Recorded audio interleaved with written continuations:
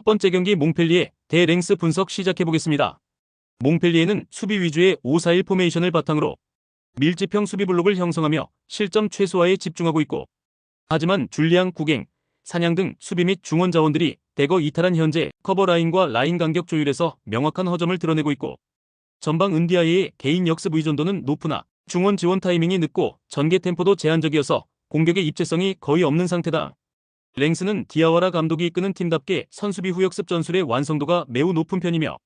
특히 이토주냐와 나카무라가 측면에서 침투 타이밍과 볼 운반 능력 모두를 겸비하고 있으면 시바체오는 박산에서 결정적인 움직임을 통해 득점 마무리를 책임지고 있고,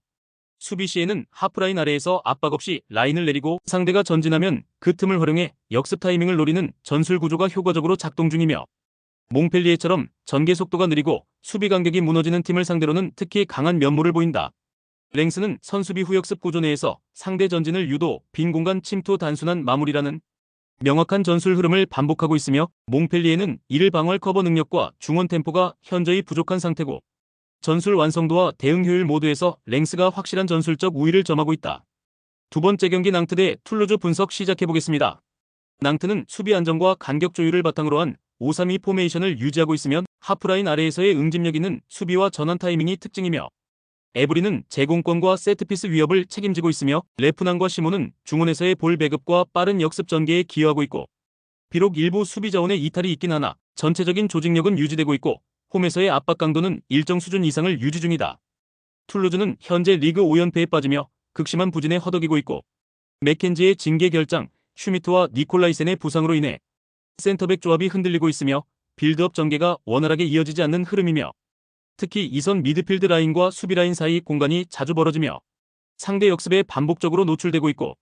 수비 조직은 잦은 교체로 인해 커뮤니케이션이 무너졌고 공격에서는 결정력 부족과 템포 붕괴가 이어지고 있다.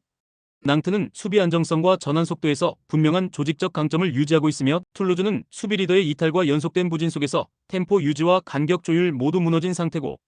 총체적 전술 안정성과 흐름 면에서 낭트가 경기 주도권을 잡을 가능성이 높다. 세 번째 경기 리버풀 대 토트넘 분석 시작해보겠습니다.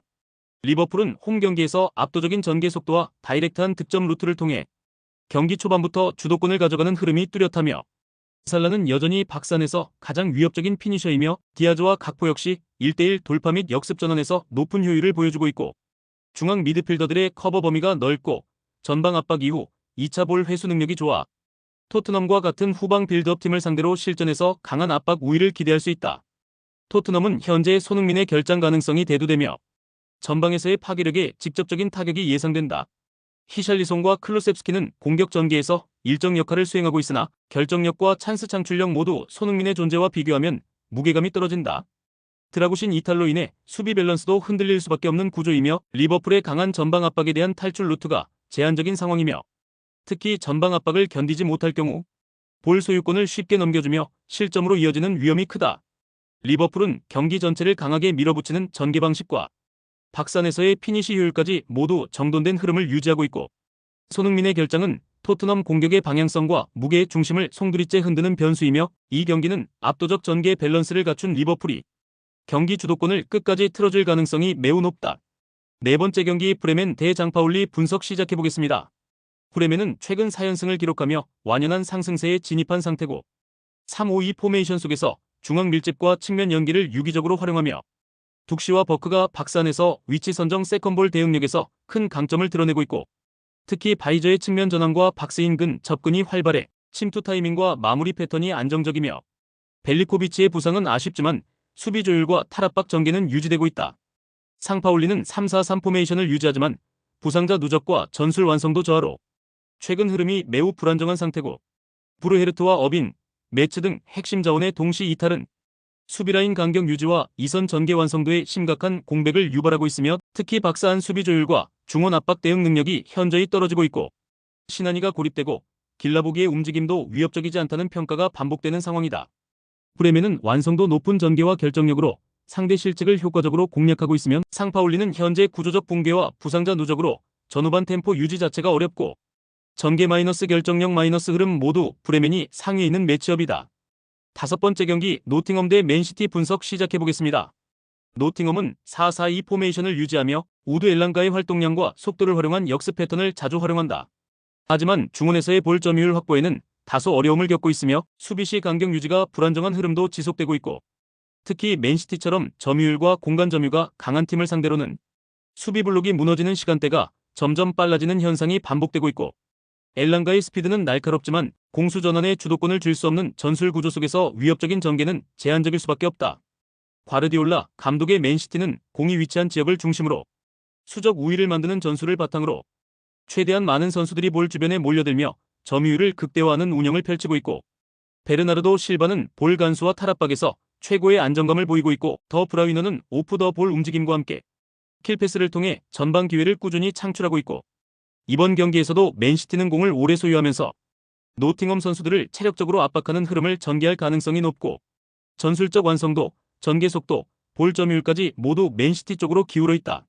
노팅엄은 수비 블록을 갖추고 있음에도 맨시티의 점유 전술에 주도권을 뺏길 가능성이 높고, 공간 점유와 체력 압박이라는 현대 축구의 핵심 요소에서 맨시티가 훨씬 더 완성도 높은 운영을 보여줄 수 있는 상황이며, 이번 경기 역시 점유율과 체력적 압도에서 비롯된 흐름으로 홈팀 기준 패배 가능성이 강하게 예상된다. 6번째 경기 유벤투스 대 AC 몬차 분석 시작해보겠습니다. 유벤투스는 일부 주전 자원의 이탈에도 불구하고 전방 삼각편대 구성과 이선 전개 안정성을 기반으로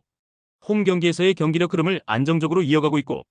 블라호비치는 박스 안결정력과 헤더 경합에서 강점을 보이며 콜로무아니와 곤잘레스는 침투 타이밍과 연계 플레이가 매끄럽고, 중원은 로카텔리와 파지올리 중심으로 수비 전환과 볼 회수가 빠르고 라인 간격 유지가 탄탄한 만큼 상대가 점유를 높이더라도 역습 시 치명적인 한 방을 만들어낼 수 있는 구조다. 몬차는 현재 4연패에 빠지며 팀 전체 밸런스가 무너진 상태다. 공격진의 결정력이 떨어지고 중원은 압박 시 빠르게 볼을 잃는 구조적인 약점을 반복 중이며, 담브로시오와 이조 등 수비진의 부상 이탈로 인해 라인 간격이 불안정하고 상대 역습에 쉽게 뚫리는 장면이 자주 발생하고 있고, 특히 최근 경기들에서 선 실점 이후 전술 대응력이 부족하여 경기 흐름을 다시 가져오지 못하는 상황이 반복되고 있다. 유벤투스는 연패에 빠진 상대를 상대로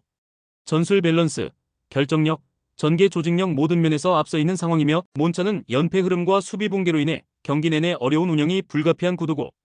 이번 경기는 전술적 완성도와 심리적 안정감에서 앞선 유벤투스의 승리가 유력하다.